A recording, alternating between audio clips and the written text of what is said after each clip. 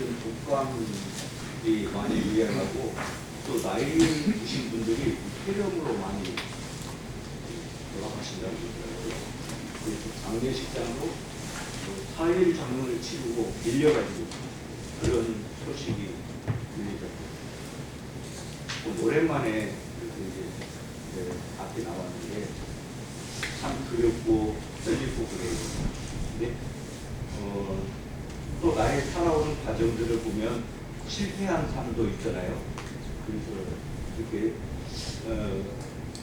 하는 것이 별로 안 좋지만 또 그게 매여 있을 수 없는 거잖아요.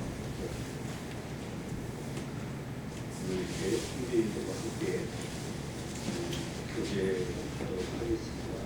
저는 빌립보서 먼저 4장 4절에 있는 말씀 다 같이 읽도록 하겠습니다.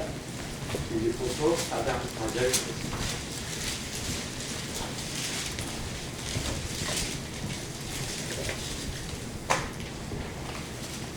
시작. 안에서 항상 기뻐하라. 내가 다시 말하노니 기뻐하라. 이 말씀을 이제 한 해를 시작하면서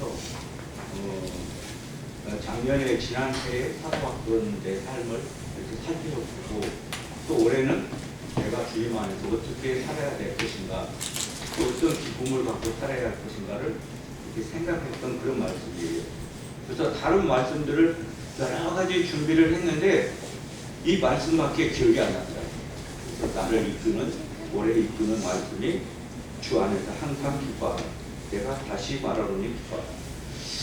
그래서 주 안에서 이 단어가 늘 생각이 드세요. 주 안에서. 그렇다면 주 안에 있는 것이 뭘까? 그래서 제가 이제 그 요점을 한번 찾아봤어요. 그래서 이제 한번 적어봤는데 내가 이 땅에 태어났죠. 조상으로 인해서 내 아버지, 어머니, 할아버지, 할머니 그 조상으로 인해서 그 피를 통해서 태어났었습니다. 어쨌든 그래서 호적에 내 이름이 올라져 있고 또 이 세상에서 이제 살아가죠. 근데 이제 공부를 하고 취업을 하고 결혼을 하고 자녀들을 낳았어요. 그리고 이제 내가 어느쯤 육신적인 거에서 세상에서 어느쯤 와 있냐면 이제 마지막 그 종점 바로 앞에 와 있는 것 같아요. 지금 나이가 69세입니다. 그죠? 69세니까 어느 정도 이제 그 나머지 삶이 이제 얼마 남았는지는 모르겠어요. 어쨌든 이제 내리막길에서도 이제 얼마 안 남았다 이런 생각을 이렇게 합니다. 그러면서 이제 그렇게 살다가 이제 죽어요. 그러면 호적에서 내 이름이 이제 파지고 X자로 그어지고 내가 존재하지 않는 거죠. 그래서 내가 세상에 있을 때 주님을 알지 못했을 때 이와 같은 현상이에요. 그리고 죽고 나서 이제 그걸로 끝이다. 그리고 나서는 이제 뭐 조금 착하게 살면은 뭘로 태어난다 이런 느낌들이 있고 그 속에서 양심으로 살아왔던 그런 날이었습니다. 근데 이제 예수님을 알고 예수님 안에서 이 거듭남에 대한 부분을 이렇게 알게 되었어요.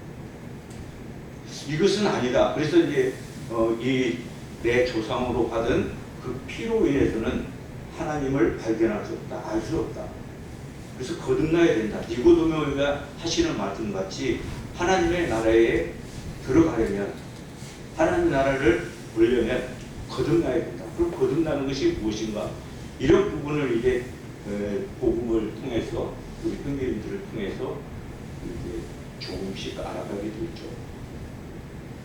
그래서 혈과 육으로는 하나님의 나라에 들어갈 수 없다.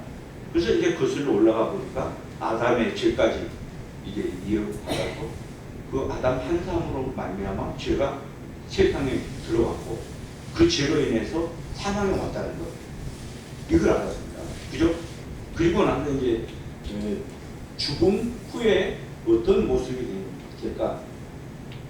누구나 한 번은 이렇게 죽는데 그 후에는 심판이 있다는 것. 그리고 내가 몰랐던 그 뒤에 지옥이라는 것. 내가 마귀의 자식이라는 것. 이런 것이 이제 알게 되고 이제 하나님께 대한 방향을 지옥으로 갔던 자를 하나님께서 붙들어 주셨습니다. 사랑으로. 그래서 예수 그리스도 안에 있는 거듭남에 대한 부분, 물과 성령으로 나야 된다. 하나님의 말씀으로. 그런 말씀들이 이제 들어와서 이제 거듭남, 그리스도 보혈로 이제 거듭나는 그런 성도가 됐습니다. 우리 여기 모인 모든 분들이 다 그럴 것입니다. 이것이 주님 안에 있는 거다. 우리 자매한테 그런 얘기를 했어요. 자, 팔뚝에 금팔찌가 없어도, 그죠? 손가락에 금가락지가 없어도, 목에 금목걸이가 없어도,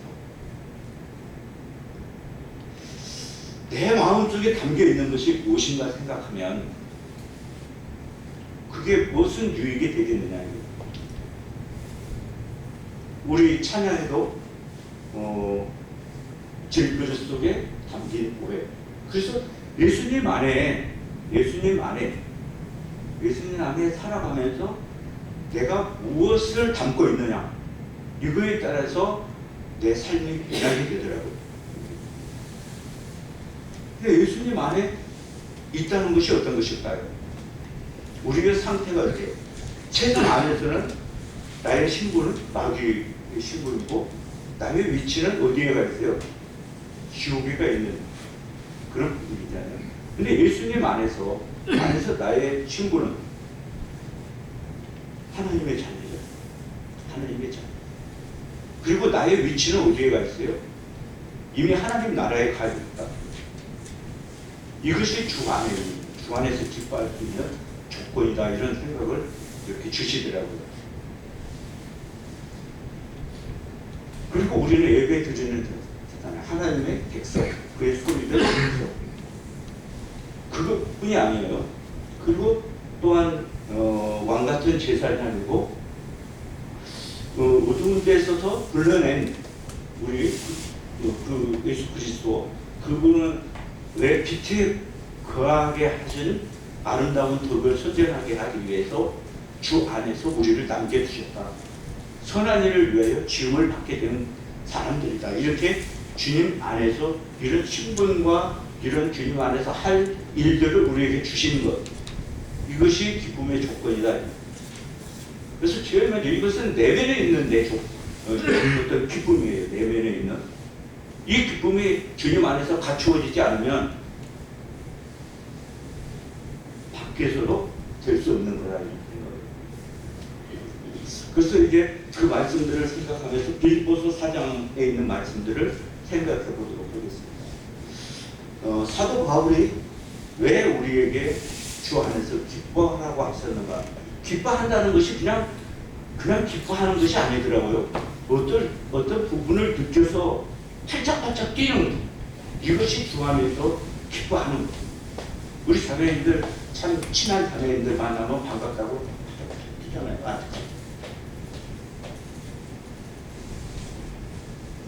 사도 바울은 감옥에서 고난 중에 있습니다. 그죠? 그런데 우리에게 주 안에서 기뻐하라고 그래요. 항상 기뻐하라고. 우리가 사도 바울을 위로해야 되는 것입니다. 옥에 갇혀 있는 거예요. 아, 주님 유다 하다가 옥에 갇혀 있으니까 주님이 좋은 선물을 나중에 주실 거예요. 이런 부분을 해야 되는데 우리에게 그렇게 주 안에서 기뻐하라고 한단 말이에요. 근데 지금 위치에는 어때요? 감옥에 가 있고 4장 12절부터 보도록 하겠습니다. 나는 귀천에 처할 줄도 알고 풍부에 처할 줄도 알아.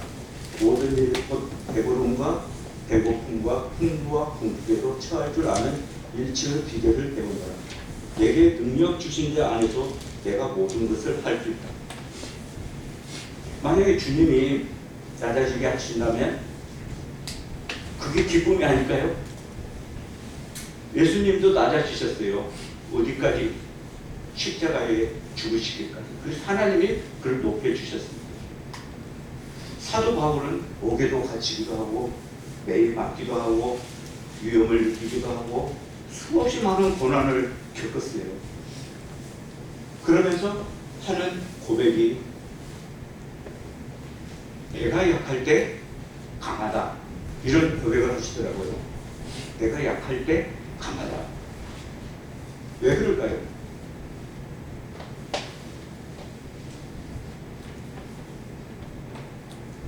내가 주님 안에서 기뻐할 수 있는 조건, 우리는 아까 주님 안에서 하나님께서 은혜로 주신 그 거듭남의 그 기쁨을 갖고 있습니다. 아멘이.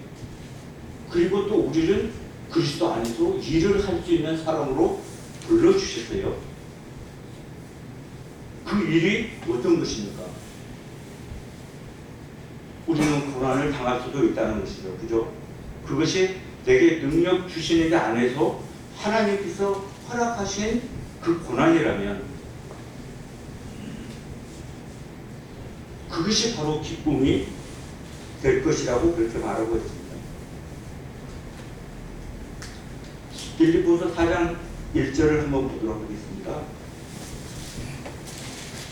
그러므로 나의 사랑하고 사모하는 형제들, 나의 기쁨이요 면류가 아닌 사랑하는 자들아, 이와 같이 주 안에서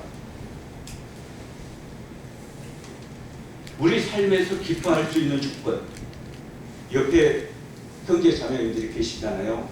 한번 바라봐 주세요. 때로는 나에게 상처를 주기도 해요. 바울에게도 나가와 같은 사람이 있었습니다. 복음을 전하러 나가는데 함께 동역하려고 했지만 그 포기하는 그런 부분을 볼 때 얼마나 힘들었겠습니까?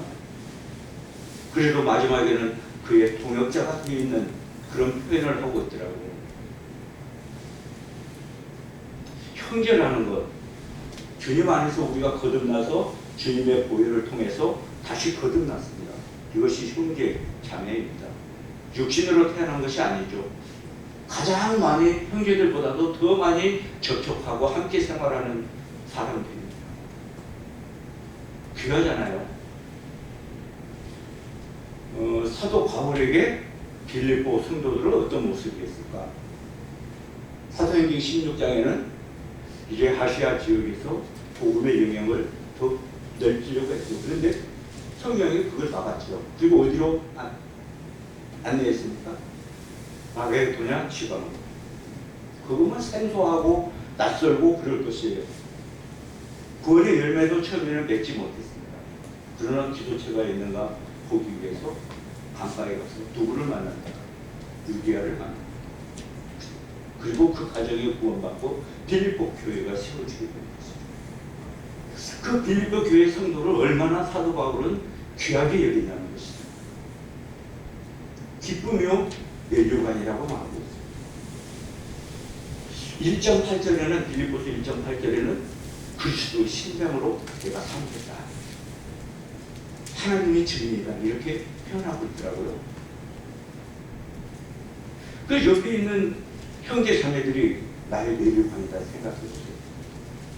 어떤 부분에 있어서 참 무엇인가를 도왔다. 무엇인가를 했다는 것. 함께 동역했다는 것. 그걸 생각할 때 주님 앞에 서서 어떤 모습으로 함께 이렇게 비춰질까요? 여기에는 어떤 형제님이 복음을 전해서 구원받은 성도들도 있을 것입니다. 그 성도들이 주 안에 서 있는 모습을 보면 여기서 서 있다는 것, 그 기쁨이고 면류관인데 그들이 주 안에 서 있을 때 얼마나 기쁨일까요? 주 안에 서 있는다는 것은 어떤 것일까? 항상 준비되어 있다는 그런 뜻이 내포되어 있는 것입니다. 항상 서서 무엇인가로 할 수 있는 그런 준비가 되어 있는 상태. 요한 3서에는 그렇게 기록되어 있죠. 진리 안에서 행하는, 내 자녀들이 진리 안에서 행하는 것보다 더 기뻐함이 없다. 우리 육신의 그 아들들, 딸들이 있을 것입니다. 주님 안에서 구원받은 것도 기뻐하죠. 근데 그 자녀들이 주님 안에서 진리 가운데 행할 때 얼마나 기쁨이 될까요? 여기에서 복음을 전해서 한 한 영혼이 구원을 받고 거듭나서 모임 안에 한 지체가 되었습니다. 그것도 기쁘죠. 근데 진리 안에서 행할 때 어떤 기쁨이 있을까요? 저는 한 해를 이렇게 보내면서 연락이 오기도 하고 연락을 해보기도 했습니다. 제가 주일학교도 하고 학생부도 하고 청년들을 하면서 주일학교 어린이들 얼마나 힘들어요. 그 자리에 앉아있기만 하더라도. 그런데 그 아이들이 지금은 주님 안에서 구원받고 성장하고 장로일을 하는 형제도 있고 기부도 할 때 교사를 하는 형제도 있고 또 신실하게 주님을 잘 섬기고 있다는 그런 소식을 들었어요. 그럴 때 나는 내 위치에서 내가 무엇인가를 실패했다는 그런 생각을 갖고 있지만 하나님은 실패하지 않으시더라고요. 그 어린아이들, 호울릭의 어린아이들을 성장시켜서 또 그때 내가 했던 주일학교 교사를 하는 형제 자매들로 주님께서 그렇게 키워가시더라고요. 그러면서 우리 모임의 주일학교 학생들을 맡고 있는 형제 자매들 교사님께서 생각이 나요. 힘을 내십시오.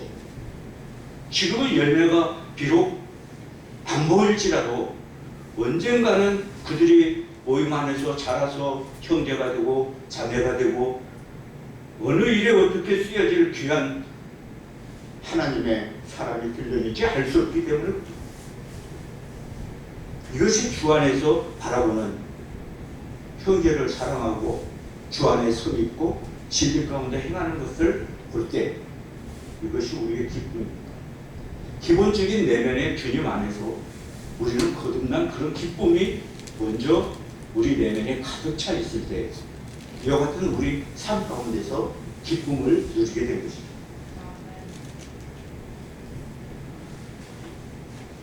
4장 2절을 보도록 하겠습니다. 내가 유오디아를 권하고 순두개를 권하노니 주 안에서 같은 마음을 품으라. 우리 주 안에서 같은 마음을 품지 않으면 이건 아무것도 아니에요. 그죠? 여기에 유오디아와 순두개가 나옵니다. 아주 귀한 자매들인 것 같아요. 모임 안에서. 잘 모르겠지만 어쨌든 이름이 기록되어 있는 것을 보면 사도 바울을 돕기도 하고 또 복음의 동역자들을 돕기도 하고 모임 안에서 귀한 자매들일 것입니다. 그런데 무엇인가 불편함이 있죠. 그죠? 다툼이 있었는지 의견 충돌이 있었는지 모르지만 주 안에서 같은 마음이 안 되기 때문에 여기서는 같은 마음을 품으라고 말씀하고 계세요.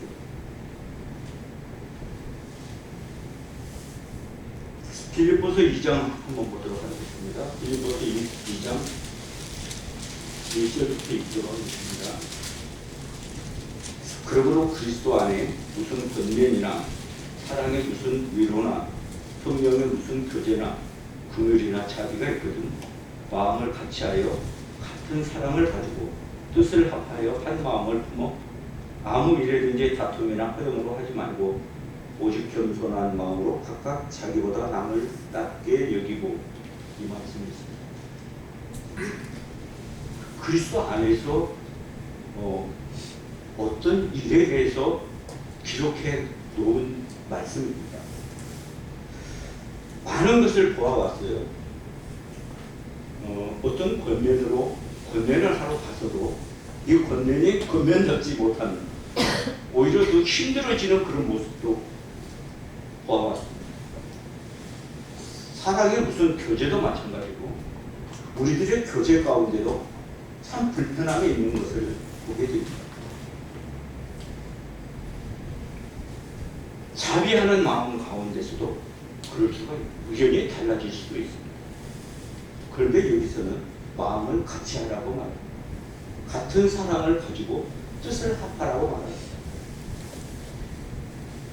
겸손한 마음을 가질 것에 대해서 말합니다. 여기에 유오디아와 순득에도 같은 마음일 것입니다.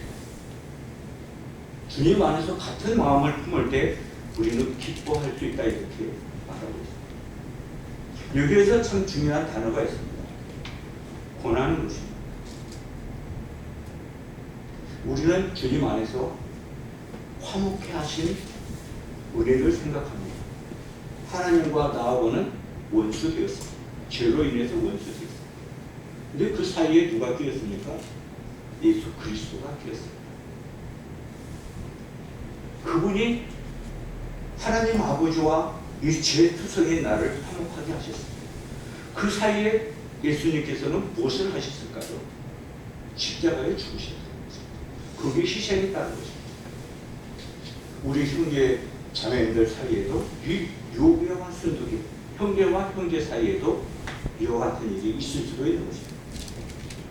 그런데 분명한 것은 한 뜻으로 돼야 된다는 것입니다. 같은 사랑으로 돼야 된다는 것입니다.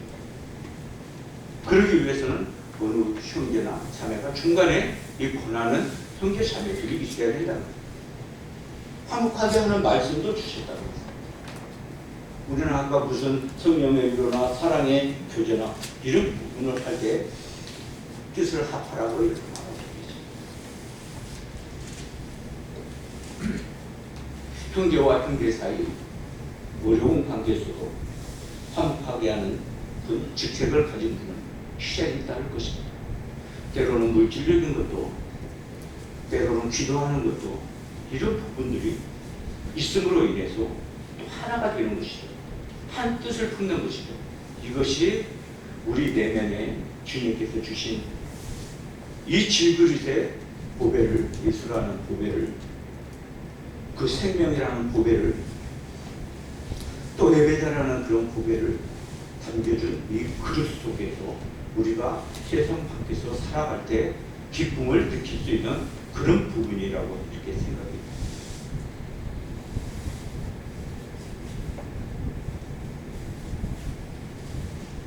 3절을 보도록 하겠습니다.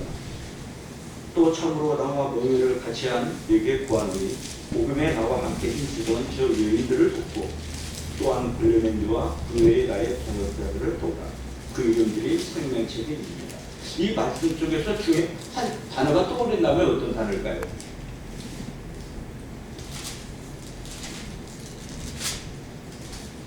기쁨을 누릴 수 있는 단어.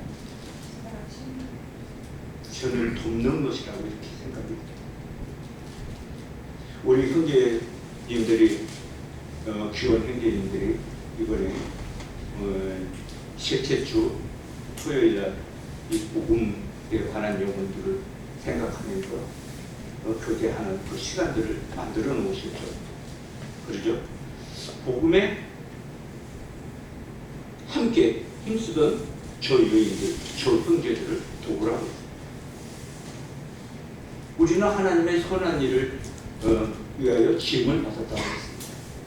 아름다운 덕을 선전하기 위해서 지음을 받았다고 했습니다. 거기에는 동역이 필요한 것이죠. 여기서 동역자들을 도우라고 이렇게 말씀하고 있습니다. 그들의 이름이 어디에 있다? 생명책에, 같은 생명책에. 생명책에 있다는 것은 참 중요하더라고요. 왜냐하면 우리는 그 나라의 생명이 함께 있기 때문에. 그래서 모든 것을 함께 공유하는, 생명 속에서 함께 공유하는 것이기 때문에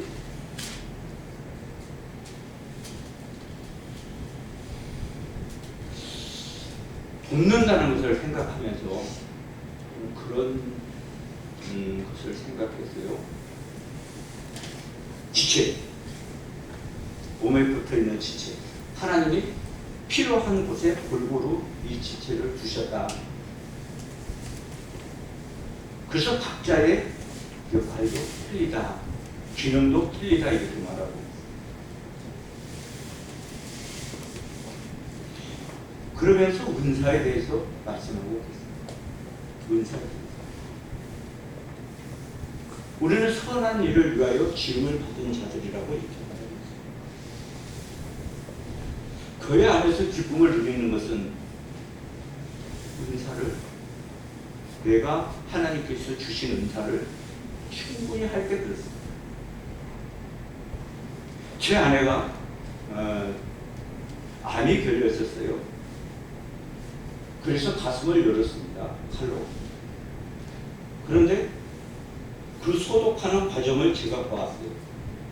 먼저는 첫 번째 바늘로 꼬맵니다. 안에. 그리고 두 번째 또 바늘로 꼬맸더라고요. 그 세 번째는 호치키스를 찍어 놓습니다. 이렇게. 그래서 그 치료를 위해서는 그걸 뚝뚝뚝 이렇게 잘라요. 그러면 이렇게 적어지잖아요. 그걸 빼내고 소독을 하는데, 배 가죽이 그렇게 두꺼운 줄을 몰랐어요. 이렇게 딱 벌어지는데, 비계도 있겠죠. 근데 그 안에 보이지 않는 기능들이 있잖아요. 이게 보이지 않는 기능들. 그걸 보호하기 위한 거잖아요. 갈비뼈들, 옷이든. 그 안에는 중요한 기능들이 있어요. 지체들이 있다는 것이죠. 이게 감싸고 있는 것이 없다면 어떻게 되겠어요?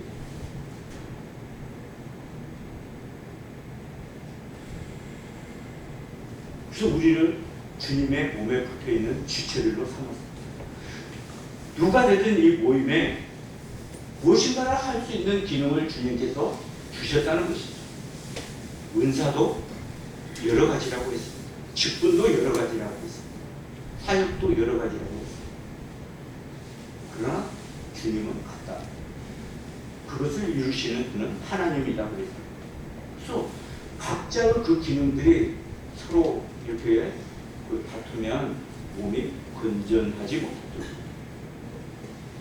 교회에서도 그런 것 같아요. 돕는 것에 대해서 이렇게 기록되어 있습니다.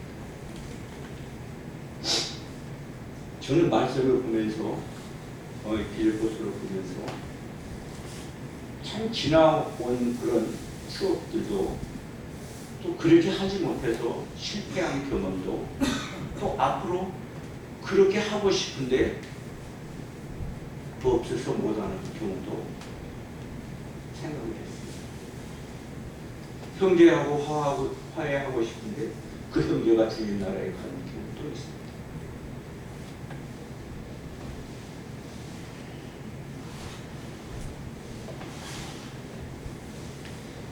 어, 6절과 7절을 보도록 하겠습니다. 빌립보서 4장 6절과 7절. 아무것도 염려하지 말고 다만 모든 일에 기도와 간구로 너희 구할 것을 감사함으로 하나님께 아뢰라. 그리하면 모든 지각에 뛰어난 하나님의 평강이 그리스도 예수 안에서 너희의 마음과 생각을 지키시다. 우리 마음과 생각은 어떤가요? 수시로 변하더라고. 우리 신인 자매가 그래요. 가끔가다 별명을 붙여주는데 백두산이다, 뭐 칠면조다 그래요. 왜냐면 수시로 마음이 바뀐다는 거죠. 내가 주님 안에서 오래 살아가면서 내가 좀 아름다운 말을 해야 되겠다. 교회에서도 그러고 성도들에게도 그러고 우리 가장 가까이 있는 자매에게도 되도록이면 좋은 말을 해야 되겠다. 근데 생각은 그렇게 되는데 행동이 자꾸 바뀌려고 그러더라고요. 바뀌려고. 예. 그래서 가장 중요한 게 이 말에 대한 부분을 좀 잘해야 되겠다는 생각을 이렇게 갖고 계획을 세웠어요. 근데 내 의지대로는 한 걸음 몇 초 앞도 실패를 하더라고요. 그래서 주님께서 기도와 간구로 하나님께 아뢰라. 그래서 그렇지 않으면 내 생각, 내 마음은 수시로 변하기 때문에 할 수 없는 것이에요. 우리의 기쁨도 마찬가지라고 생각합니다. 우리는 모두 다 주님 안에 있는 형제 자매들입니다. 주님 안에서 어떠한 축복을 받았는지 우리 내면적인 이 부분 정말 풍성한 것이죠.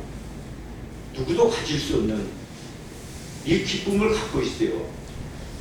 근데 이 기쁨이 좀 희석되면 그 위로 타고 올라가는 게 육신이 나타나더라고요. 이것으로는 잠깐 기뻐할 수 있지만 영원한 기쁨을 갖지 못하죠. 그래서 주님께서 내가 너에게 평안을 끼치다. 너 세상에 주는 것과 같지 않다. 이렇게 말씀하시잖아요. 올해는 정말 저도 그렇고 우리 모임에 우리 형제 자매님들이 좀 기쁨이 되는 주님 안에서 기뻐하는 그런 한 해가 되고 또 이 말 자체가 때로는 이 말로 인해서 우리가 낙심하기도 되고 또 주저하기도 되고 그렇습니다. 또 말 한마디에 어때요? 큰 힘을 입고 또 더 달려가는 수도 있는 것입니다. 그래서 이런 부분을 저에게 주셨지만 또 함께 공유하는 그런 안의 교회가 됐으면 좋겠습니다. 이상 마치도록 하겠습니다.